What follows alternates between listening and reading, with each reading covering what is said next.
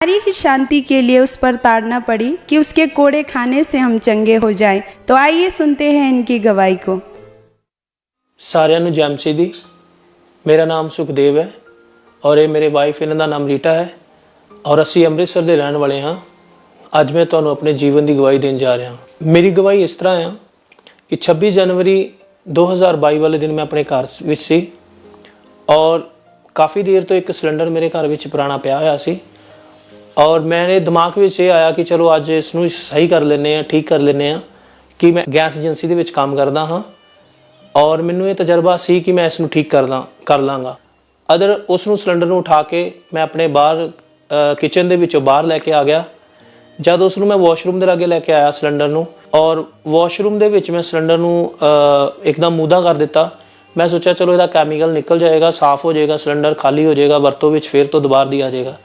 जद मैं उस सिलेंडर साफ़ कर रहा सी कैमिकल निकल रहा सी।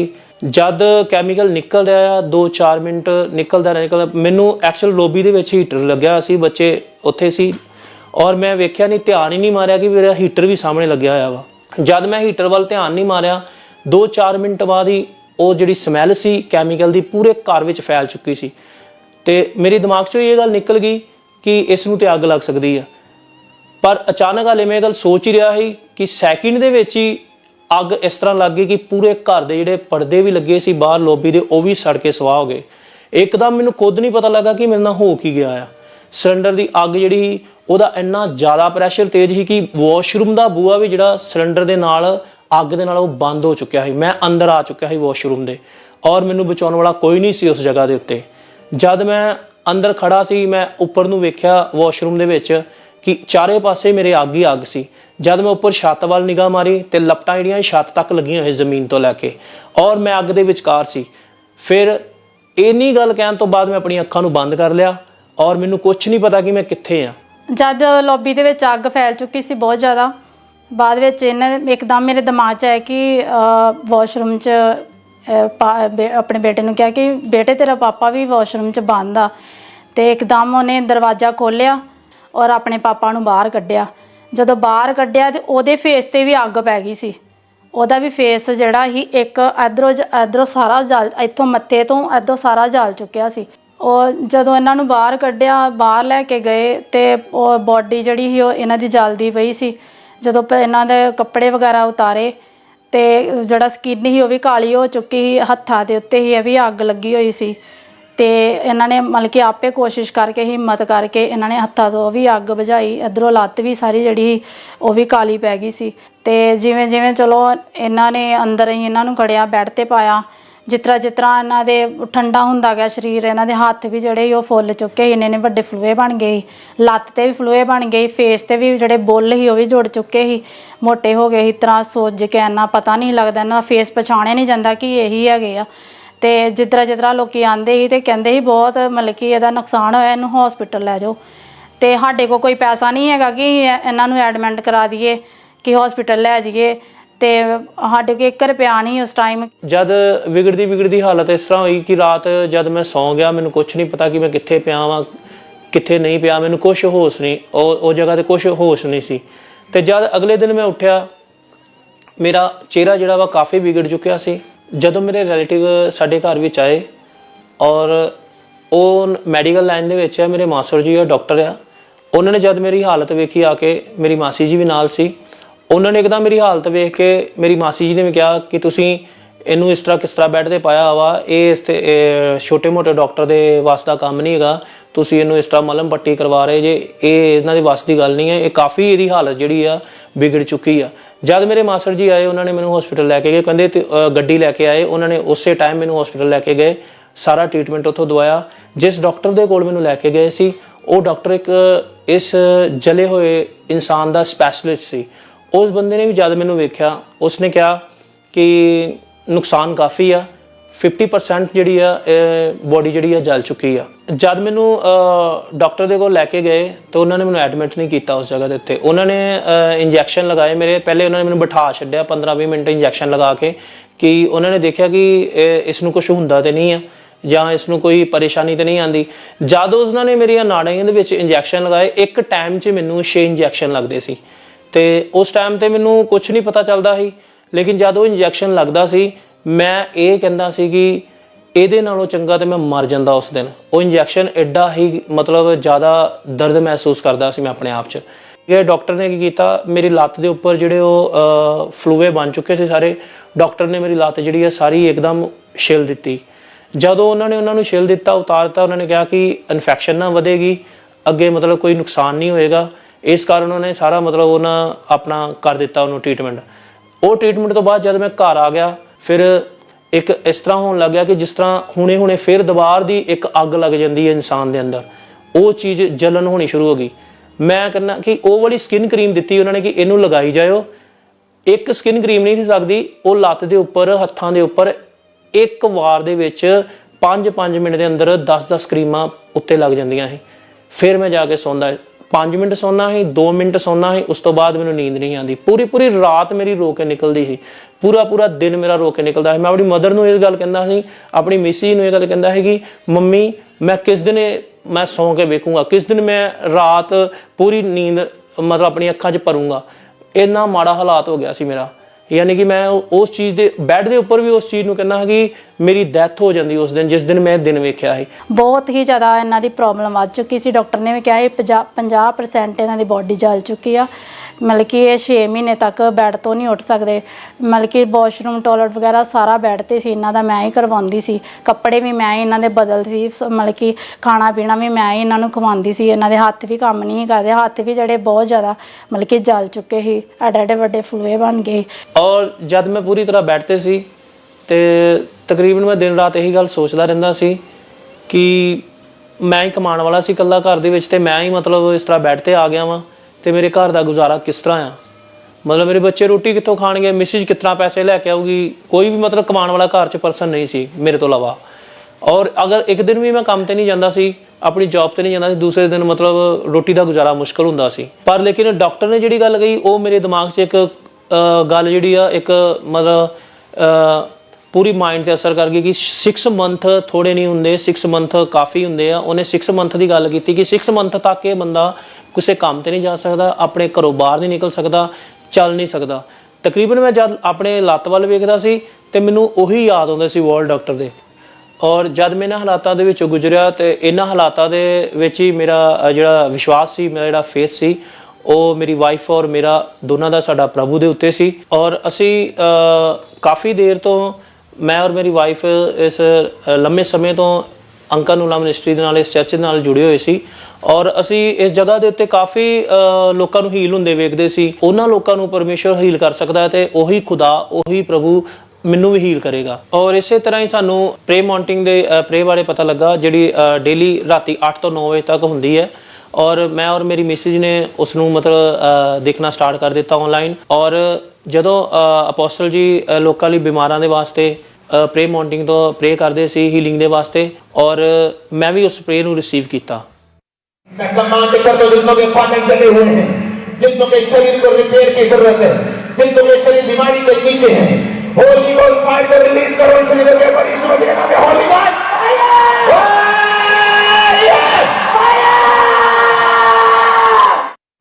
और जिद्दां ही मैं प्रे ਨੂੰ ਰਿਸੀਵ ਕੀਤਾ ਔਰ ਮੇਰੀ ਰਿਕਵਰੀ ਸ਼ੁਰੂ ਹੋਣੀ ਹੋ ਗਈ। ਔਰ ਡੇ ਬਾਏ ਡੇ ਮੇਰੀ ਸਕਿਨ ਜਿਹੜੀ ਆ ਉਹ ਹੀਲਿੰਗ ਹੋਣੀ ਸਟਾਰਟ ਹੋ ਗਈ। ਮੇਰੇ ਹੱਥਾਂ ਦੇ ਉੱਤੇ ਵੀ ਜਿਹੜੇ ਛਾਲੇ ਸੀ ਉਹ ਵੀ ਮਤਲਬ ਹੀਲ ਹੋ ਚੁੱਕੇ।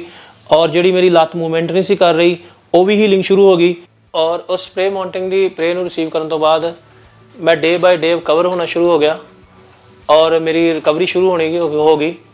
ਔਰ ਜਿਸ ਤਰ੍ਹਾਂ ਮੇਰੀ ਲੱਤ ਮੂਵਮੈਂਟ ਨਹੀਂ ਸੀ ਕਰਦੀ ਹੈ ਖੱਬੇ ਵਾਲੀ ਲੱਤ, ਔਰ ਉਸ ਸਪਰੇ ਨੂੰ ਰਿਸੀਵ ਕਰਨ ਦੇ ਨਾਲ ਹੀ ਮੇਰੀ ਲੱਤ ਵੀ ਮੂਵਮੈਂਟ ਕਰਨਾ ਸ਼ੁਰੂ ਹੋ ਗਈ। ਹੁਣ ਮੈਂ ਸਾਰੇ ਕੰਮ ਜਿਹੜੇ ਆ ਆਪਣੇ ਆਪ ਕਰਦਾ ਵਾਂ ਔਰ ਵਾਸ਼ਰੂਮ ਵੀ ਆਪ ਜਾਂਦਾ ਵਾਂ, ਟਾਇਲਟ ਵੀ ਆਪ ਜਾਂਦਾ ਵਾਂ, ਨਹਾਉਣਾ ਵੀ ਮੈਂ ਆਪ ਆ, ਆਪਣੇ ਕੱਪੜੇ ਵੀ ਮੈਂ ਆਪ ਚੇਂਜ ਕਰਦਾ ਵਾਂ। ਹੁਣ ਅਦਰ ਕੋਈ ਵੀ ਬੋਝ ਮੇਰੇ ਘਰਦਿਆਂ ਤੇ ਨਹੀਂ ਹੈ। ਔਰ ਉਸ ਪਰਮੇਸ਼ਰ ਨੇ ਮੈਨੂੰ ਇੰਨਾ ਹੀਲ ਕੀਤਾ ਕਿ ਮੈਂ 20 ਦਿਨਾਂ ਦੇ ਅੰਦਰ ਬਾਹਰ ਖੜਾ ਹੋ ਕੇ ਚਲ ਗਿਆ ਆਪਣੇ ਬਾਜ਼ਾਰ ਦੇ ਵਿੱਚ। ਔਰ ਸਾਰੇ ਆਂਢ ਗੁਆਂਢ ਦੇ ਲੋਕ ਵੀ ਮੈਨੂੰ ਵੇਖ ਕੇ ਹੈਰਾਨ ਹੋ ਗਏ, ਮੇਰੇ ਰਿਸ਼ਤੇਦਾਰ ਵੀ ਔਰ ਮੇਰੇ ਆਸ ਪੜੋਸ ਦੇ ਜਿੰਨੇ ਲੋਕ ਸੀ ਮੇਰੇ ਵੱਲ ਵੇਖ ਕੇ ਜਿਹੜਾ ਕਿ ਨਹੀਂ ਉਹੀ ਆਣ ਕੇ ਪੁੱਛਣ ਲੱਗ ਗਿਆ ਕਿ ਕਿਹੜੀ ਦਵਾਈ ਖਾਧੀ ਆ, ਕੀ ਹੋਇਆ ਕੀ ਨਹੀਂ। ਲੇਕਿਨ ਮੈਂ ਇੱਕੋ ਗੱਲ ਕਹੀ ਕਿ ਮੈਨੂੰ ਮੇਰੇ ਪ੍ਰਭੂ ਨੇ ਚੰਗਾ ਕੀਤਾ ਹੈ। ਇਸ ਹਾਦਸੇ ਦੇ ਵਿੱਚ ਮੇਰੇ ਬੇਟੇ ਦਾ ਵੀ ਫੇਸ ਜਲ ਗਿਆ ਸੀ। ਜਿਸ ਤਰ੍ਹਾਂ ਪ੍ਰਭੂ ਯਿਸੂ ਮਸੀਹ ਨੇ ਮੈਨੂੰ ਹੀਲ ਕੀਤਾ, ਮੇਰਾ ਬੇਟਾ ਵੀ ਪੂਰੀ ਤਰ੍ਹਾਂ ਉਸ ਤਰ੍ਹਾਂ ਹੀਲ ਆ। ਔਰ ਮੈਂ ਇਹੀ ਕਹਿਣਾ ਚਾਹੁੰਦਾ ਹਾਂ ਕਿ ਪ੍ਰਭੂ ਯਿਸੂ ਮਸੀਹ ਚੰਗਾ ਕਰਦਾ ਹੈ। ਪ੍ਰਭੂ ਯਿਸੂ ਮਸੀਹ ਸਾਰੀਆਂ ਬਿਮਾਰੀਆਂ ਤੋਂ ਹੀਲ ਕਰਦਾ ਹੈ, ਸਾਰਿਆਂ ਬੰਧਨਾਂ ਤੋਂ ਛੁਟਕਾਰਾ ਦਿੰਦਾ ਹੈ ਔਰ ਪ੍ਰਭੂ ਯਿਸੂ ਹੀ ਚੰਗਾ ਕਰਦਾ ਹੈ। ਔਰ ਮੈਂ ਇਹੀ ਚਾਹੁੰਦਾ ਕਿ ਇੱਕ ਜੀਵਤ ਚਰਚ ਦੇ ਨਾਲ ਤੁਸੀਂ ਖੜੇ ਔਰ ਅੜੇ ਔਰ ਜੁੜੇ ਰਹੋ।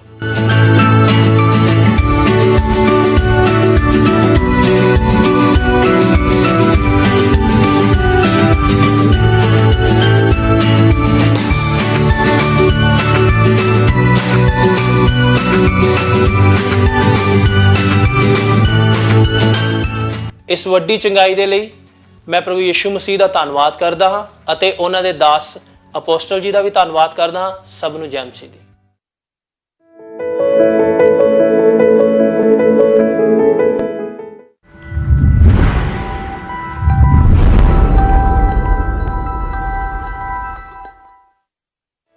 जैसे कि बाइबल में लिखा है, वह थके हुओं को बल देता है और शक्तिहीन को बहुत सामर्थ्य देता है। इसी वचन के द्वारा इस भाई को चंगाई मिली। ਸਾਰਿਆਂ ਨੂੰ ਜੈ ਮਸੀਹ ਦੀ। ਮੇਰਾ ਨਾਮ ਰਵੀ, ਮੈਂ ਜਲੰਧਰ ਦੇ ਰਹਿਣ ਵਾਲਾ। ਮੈਂ ਅੱਜ ਆਪਣੇ ਜੀਵਨ ਦੀ ਬਹੁਤ ਵੱਡੀ ਗਵਾਹੀ ਦੇਣ ਜਾ ਰਿਹਾ। ਅਪ੍ਰੈਲ 2022 ਦੇ ਵਿੱਚ ਮੈਂ ਕਿਸੇ ਦੇ ਘਰੇ ਕੰਮ ਕਰਦਾ ਪਿਆ ਸੀ, ਕੰਧ ਬਣਾਉਣਾ ਪਿਆ ਹੈਗਾ, ਤਾਂ ਜਿਹਦੀ ਉਚਾਈ 22 ਫੁੱਟ ਹੈਗੀ। ਉਹ 22 ਫੁੱਟ ਉਚਾਈ ਕੰਧ ਤੇ ਉੱਤੋਂ ਜਦੋਂ ਮੈਂ ਫੱਟੇ ਪੈਡ ਕੀਤੀ ਹੋਈ ਫੱਟੇ ਰੱਖੇ, ਉਹ ਫੱਟਾ ਜਦੋਂ ਉਤਰਨ ਲੱਗਾ ਮੈਂ ਟੁੱਟ ਗਿਆ। ਉਹਦੇ ਉੱਤੋਂ ਮੈਂ ਨੀਚੇ ਗਿਰਿਆ। ਜਦੋਂ ਮੈਂ 22 ਫੁੱਟ ਦੀ ਉਚਾਈ ਤੋਂ ਡਿੱਗਿਆ ਤਾਂ ਮੇਰੇ ਨਾਲ ਜਿਹੜੀ ਲੇਬਰ ਸੀਗੀ ਉਹ ਮੈਨੂੰ ਚੱਕ ਕੇ ਹਸਪੀਟਲ ਲੈ ਗਏ। ਉਸ ਟਾਈਮ ਉੱਥੇ ਫਿਰ ਮਾਲਕ ਵੀ ਪਹੁੰਚਿਆ। ਉਹਨਾਂ ਨੇ ਫਿਰ ਐਕਸਰਾ ਕਰਵਾਇਆ ਮੇਰਾ। ਤਾਂ ਉੱਥੇ ਜਾ ਕੇ ਜਦੋਂ ਉਹਨਾਂ ਨੇ ਟ੍ਰੀਟਮੈਂਟ ਕੀਤਾ ਤਾਂ ਜਾਣੀ ਉਹਨਾਂ ਨੇ ਡਾਕਟਰ ਸਾਹਿਬ ਨੇ ਇਹ ਗੱਲ ਕਹੀ ਵੀ ਇਹਦੇ ਜਿਹੜੀਆਂ ਲੱਕ ਦੀਆਂ ਨਸਾਂ ਉਹ ਬਲੌਕ ਹੋ ਗਈਆਂ। ਰੀੜ੍ਹ ਦੀ ਹੱਡੀ ਦੇ ਜਿਹੜੇ ਮਣਕੇ ਆ ਉਹਨਾਂ ਦੇ ਵਿੱਚ ਵੀ ਦੋਵਾਂ ਦੇ ਵਿੱਚ ਗੈਪ ਪੈ ਚੁੱਕਾ ਆ। ਤਾਂ ਉਦੋਂ ਬਾਅਦ ਵਿੱਚ ਜਿਹੜੇ ਉਹਨਾਂ ਦੇ ਇਲਾਜ ਕੀਤਾ ਉਹਦੇ ਨਾਲ ਮੇਰੇ ਜਿਹੜੇ ਕੋਈ ਪ੍ਰੋਬਲਮ ਜਿਹੜੀ ਠੀਕ ਨਹੀਂ ਹੋਈ। ਉਸੇ ਸ਼ਾਮ ਜਦੋਂ ਮੈਨੂੰ ਛੁੱਟੀ ਦੇ ਦਿੱਤੀ ਉਹਨਾਂ ਨੇ, ਤਾਂ ਮੈਂ ਆਪਣੇ ਘਰ ਦੇ ਵਿੱਚ ਜਦੋਂ ਆਇਆ, ਮੇਰੇ ਘਰ ਦੇ ਵੀ ਦੇਖ ਕੇ ਹੈਰਾਨ ਹੋ ਗਏ ਵੀ ਕੀ ਹੋ ਗਿਆ ਇਹਨੂੰ। ਘਰ ਦੇ ਬਹੁਤ ਜ਼ਿਆਦਾ ਘਬਰਾ ਗਏ। ਤਾਂ ਉਹ ਮੇਰੇ ਘਰ ਦੇ ਜਿਹੜੇ ਰੋਣ ਲੱਗ ਗਏ। ਉਹ ਕਹਿੰਦੇ ਵੀ ਕੀ ਹੋਇਆ। ਮੈਂ ਕਿਹਾ ਵੀ ਮੈਂ ਇੱਦਾਂ ਡਿੱਗ ਗਿਆ ਆ। ਤਾਂ ਉਹ ਕਹਿੰਦੇ ਵੀ ਸੱਟ ਜ਼ਿਆਦਾ ਲੱਗੀ ਆ। ਤਾਂ ਮੇਰੇ ਮੰਮੀ ਕਹਿੰਦੇ ਵੀ ਜੇ ਜ਼ਿਆਦਾ ਤਾਂ ਚੱਲ ਹਸਪਤਾਲ ਲੈ ਜਾਂਦੇ। ਮੈਂ ਕਿਹਾ ਨਹੀਂ ਕੋਈ ਗੱਲ ਨਹੀਂ, ਵੀ ਦੇਖਦੇ ਆ। ਦੂਸਰੇ ਦਿਨ ਮੈਂ ਜਦੋਂ ਮੈਨੂੰ ਕਿਸੇ ਨੇ ਥੈਰੇਪੀ ਬਾਰੇ ਦੱਸਿਆ, ਮੈਂ ਥੈਰੇਪੀ ਕਰਵਾਉਣ ਵਾਸਤੇ ਗਿਆ। ਮੈਨੂੰ ਉਹਨੇ ਥੈਰੇਪੀ ਮੇਰੇ ਟੇਪਾਂ ਲਾਤੀਆਂ ਸਾਰੇ ਲੱਕ 'ਤੇ। ਤਾਂ ਮੈਨੂੰ ਬੈਠਣ ਉੱਠਣ ਦੀ ਵੀ ਬੜੀ ਤੰਗੀ ਆ ਗਈ ਉਹਦੇ ਨਾਲ ਹੋਰ ਵੀ ਜ਼ਿਆਦਾ। ਤਾਂ ਉਹਨੇ ਟਿਊਬਾਂ ਦਿੱਤੀਆਂ ਵੀ ਇਹ ਟਿਊਬਾਂ ਮਲੋ। ਤਾਂ ਦਵਾਈ ਦਿੱਤੀ, ਦਵਾਈ ਖਾਓ, ਇਹਨਾਂ 5 ਦਿਨਾਂ ਦੇ ਵਿੱਚ ਤੁਸੀਂ ਠੀਕ ਹੋ ਜਾਓਗੇ। ਮੈਂ 5 ਦਿਨਾਂ ਦੇ ਵਿੱਚ ਠੀਕ ਬਿਲਕੁਲ ਨਹੀਂ ਮੈਨੂੰ ਫਰਕ ਪਿਆ। ਤਾਂ ਬਾਅਦ ਵਿੱਚ ਮੈਂ ਫਿਰ 5 ਦਿਨਾਂ ਦੇ ਬਾਅਦ ਗਿਆ ਉਹਦੇ ਕੋਲੋਂ। ਫਿਰ ਉਹਨੇ ਥੈਰੇਪੀ ਕੀਤੀ, ਫਿਰ ਮੈਨੂੰ ਦਵਾਈ ਦਿੱਤੀ। ਉਹਦੇ ਨਾਲ ਵੀ ਫਰਕ ਨਹੀਂ ਪਿਆ। 1 ਮਹੀਨਾ ਮੈਂ ਬੈੱਡ 'ਤੇ ਰਿਹਾ। ਉਸ ਤੋਂ ਬਾਅਦ ਵਿੱਚ ਮੈਨੂੰ ਆਪਣੇ ਆਪ ਨੂੰ ਬਹੁਤ ਮਹਿਸੂਸ ਹੁੰਦਾ ਹੈਗਾ। ਜਦੋਂ ਮੰਮੀ ਮੇਰੇ ਕੰਮ ਕਰਕੇ ਤਾਂ ਉਹ ਰੋਟੀ ਘਰ ਦੀ ਚਲਾਉਂਦੇ ਸੀਗੇ, ਬੱਚਿਆਂ ਨੂੰ ਚੀਜ਼ ਵੀ ਉਹੀ ਲਿਆ ਕੇ ਦਿੰਦੇ ਸੀਗੇ। ਤਾਂ ਮੈਨੂੰ ਆਪਣੇ ਆਪ ਨੂੰ ਬੜਾ ਮਾਲੂਮ ਹੁੰਦਾ ਸੀ। ਮੈਂ ਉਸ ਤੋਂ ਬਾਅਦ ਵਿੱਚ ਮੈਂ ਸੋਚਿਆ, ਮੈਂ ਕਿਹਾ ਕੰਮ 'ਤੇ ਮੈਂ ਜਾਊਂਗਾ। ਮੈਂ ਕੰਮ 'ਤੇ ਗਿਆ ਤਾਂ ਕੰਮ 'ਤੇ ਜਿੰਨਾ ਮੇਰੇ ਕੋਲ ਹੁੰਦਾ ਸੀਗਾ ਮੈਂ ਓਨਾ ਕਰਦਾ ਹੈਗਾ। ਮੈਂ ਦਿਹਾੜੀ ਦੇ ਵਿੱਚ ਉਹ ਦਵਾਈ ਤਾਂ ਖਾਣਾ ਹੀ ਖਾਣਾ ਸੀਗਾ। ਉਹਦੇ ਤੋਂ ਇਲਾਵਾ ਮੈਂ 5-6 ਗੋਲੀਆਂ ਦਰਦ ਦੀਆਂ ਜਿਹੜੀਆਂ ਪੈਨ ਕਿਲਰ ਹੁੰਦੀਆਂ ਉਹ ਮੈਂ ਖਾ ਲੈਂਦਾ ਹੈਗਾ। ਉਹ ਖਾ ਕੇ ਮੈਨੂੰ ਆਪਣੇ ਆਪ ਨੂੰ ਇਹ ਹੁੰਦਾ ਸੀ ਮਾਲੂਮ। ਮੈਂ ਕਿਹਾ ਵੀ ਜਦੋਂ ਮੇਰੇ ਨਾਲ ਦੇ ਬੰਦੇ ਦੇਖੂਗੇ ਉਹ ਇਹ ਨਾ ਕਹਿਣ ਵੀ ਇਹ ਪਤਾ ਨਹੀਂ ਕਿਹੜੀਆਂ ਗੋਲੀਆਂ ਖਾਂਦਾ ਚੋਰੀ, ਵੀ ਇਹ ਦਵਾਈ ਤਾਂ ਸੱਟ ਤੋਂ ਖਾਣ ਡਿਆ, ਇਹ ਗੋਲੀਆਂ ਪਤਾ ਨਹੀਂ ਕਿਹੜੀਆਂ ਖਾਣ ਡਿਆ ਜਿਹੜੀਆਂ 5-6 ਦਿਹਾੜੀ ਦੀਆਂ ਗੋਲੀਆਂ ਖਾ ਲੈਂਦਾ। ਉਦੋਂ ਬਾਅਦ ਵਿੱਚ ਮੈਨੂੰ ਬੜੀ ਸ਼ਰਮ ਮਹਿਸੂਸ ਹੁੰਦੀ ਸੀ। ਫਿਰ ਇੱਕ ਦਿਨ ਮੇਰੇ ਕੋਲੋਂ ਜਿੱਦਾਂ ਕੰਮ ਨਹੀਂ ਹੋਣ ਡਿਆ ਹੈਗਾ, ਬਹੁਤ ਘੱਟ ਮੈਂ ਕੰਮ ਕਰਨ ਡਿਆ ਹੈਗਾ। ਫਿਰ ਠੇਕੇਦਾਰ ਨੇ ਮੇਰੇ ਭਰਾ ਦੇ ਕੋਲ ਗਿਆ, ਉਹਨੇ ਮੈਨੂੰ ਮੇਰੇ ਭਰਾ ਨੂੰ ਦੱਸਿਆ ਵੀ ਰਵੀ ਦੇ ਕੋਲੋਂ ਕੰਮ ਜਿਹੜਾ ਹੁੰਦਾ ਨਹੀਂ ਉਹ। ਉਸ ਤੋਂ ਬਾਅਦ ਵਿੱਚ ਮੈਂ ਆਉਣਾ ਹੀ, ਜਦੋਂ ਬੱਸ ਆਣ ਕੇ ਰੋਟੀ ਖਾ ਕੇ ਲੰਮਾ ਪੈ ਜਾਂਦਾ ਹੈਗਾ। ਘਰ ਦੇ ਕਹਿੰਦੇ ਸੀਗੇ ਵੀ ਤੇਰੇ ਆਪਣੇ ਲੱਕ ਦੀ ਕੋਈ ਜ਼ਿਆਦਾ ਪ੍ਰੋਬਲਮ ਹੈ ਜਾਂ ਕੀ। ਮੈਂ ਕਿਹਾ ਘਰ ਦੇ ਵਿੱਚ ਕੌਣ ਹੈ ਮੇਰਾ ਇਲਾਜ ਕਰਾਉਣ ਵਾਲਾ, ਨਾ ਕੋਈ ਬਾਹਰ ਮੇਰੀ ਹੈਲਪ ਕਰਨ ਵਾਲਾ ਹੈਗਾ। ਮੈਂ ਪਰ ਜਦੋਂ ਮੇਰੇ ਸੱਟ ਵੀ ਲੱਗ ਗਈ, ਮੈਂ ਚਰਚ ਦੇ ਵਿੱਚ ਆਉਣਾ ਨਹੀਂ ਛੱਡਿਆ। ਮੈਂ ਆਪਣੇ ਭਰਾ ਨੂੰ ਜਾਂ ਆਪਣੇ ਕਿਸੇ ਨੂੰ ਵੀ ਕਹਿਣਾ ਸੀਗਾ ਮੈਂ ਮੋਟਰਸਾਈਕਲ 'ਤੇ ਜਾਣਾ ਆ ਤਾਂ ਮੈਨੂੰ ਚਰਚ ਜਾਣਾ ਹੀ ਪੈਣਾ, ਮੈਂ ਜਾਣਾ ਹੀ ਜਾਣਾ ਆ। ਮੈਂ ਚਰਚ ਦੇ ਵਿੱਚ ਜਦੋਂ ਆਉਂਦਾ ਰਿਹਾ ਤਾਂ ਮੈਨੂੰ ਪਤਾ ਸੀਗਾ ਕਿ ਮੇਰਾ ਪਰਮੇਸ਼ਵਰ ਜਿੱਥੇ ਕੰਮ ਕਰਦਾ ਏਡੇ ਏਡੇ ਮੇਰੀ ਵੀ ਗਵਾਹੀ ਜ਼ਰੂਰ ਬਣੂਗੀ। ਔਰ ਮੇਰੀ ਗਵਾਹੀ ਦਾ ਕਿ ਮੈਨੂੰ ਪੂਰਾ ਵਿਸ਼ਵਾਸ ਸੀਗਾ। ਇਸ ਹਾਲਾਤਾਂ ਵਿੱਚ ਵੀ ਮੈਂ ਚਰਚ ਆਉਣਾ ਨਹੀਂ ਛੱਡਿਆ, ਮੈਂ ਚਰਚ ਦੇ ਵਿੱਚ ਆਉਂਦਾ ਰਿਹਾ। ਮੈਨੂੰ ਵਿਸ਼ਵਾਸ ਸੀਗਾ ਵੀ ਜਿੱਥੇ ਇੰਨੀਆਂ ਗਵਾਹੀਆਂ ਹੋਣ ਡਈਆਂ ਆ ਮੇਰੀ ਗਵਾਹੀ ਵੀ ਜ਼ਰੂਰ ਹੋਊਗੀ। 23 ਜੂਨ 2022 ਦੇ ਵਿੱਚ ਜਦੋਂ ਮੈਂ ਖਾਂਬਰਾ ਚਰਚ ਦੇ ਵਿੱਚ ਆਇਆ ਤਾਂ ਮੈਂ ਮੇਨ ਪੰਡਾਲ ਦੇ ਵਿੱਚ ਬੈਠਾ ਸੀਗਾ। ਜਦੋਂ ਪਰਮੇਸ਼ਵਰ ਦੇ ਦਾਸ ਨੇ ਪ੍ਰਵੈਸੀ ਕੀਤੀ ਉਸੇ ਵੇਲੇ ਮੈਂ ਆਤਮਾ ਦੇ ਨਾਲ ਭਰ ਗਿਆ। आत्मा के नाल जदों मैं भर गया तो मैं पिछे नूं फिर डेग गया।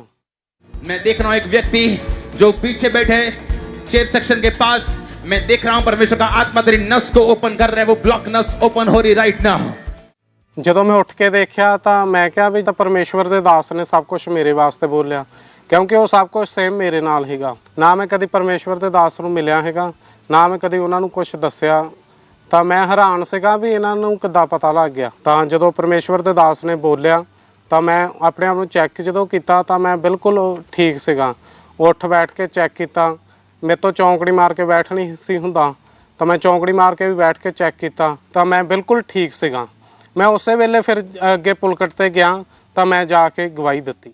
अपोस्टल जी, आपने अभी अभी एक प्रोफेसी की थी कि मैं देख रहा हूँ एक व्यक्ति को जो पीछे बैठा है चेयर सेक्शन के पास, मैं देख रहा हूँ परमेश्वर का आत्मा तेरी नसों को जो ब्लॉक्ड है उसे ओपन कर रहा है। और अपोस्टल ये भाई पीछे बैठे थे चेयर सेक्शन में, 2.5 महीने से इनकी जो नसें थी पूरी तरह से वो ब्लॉक हो चुकी थी।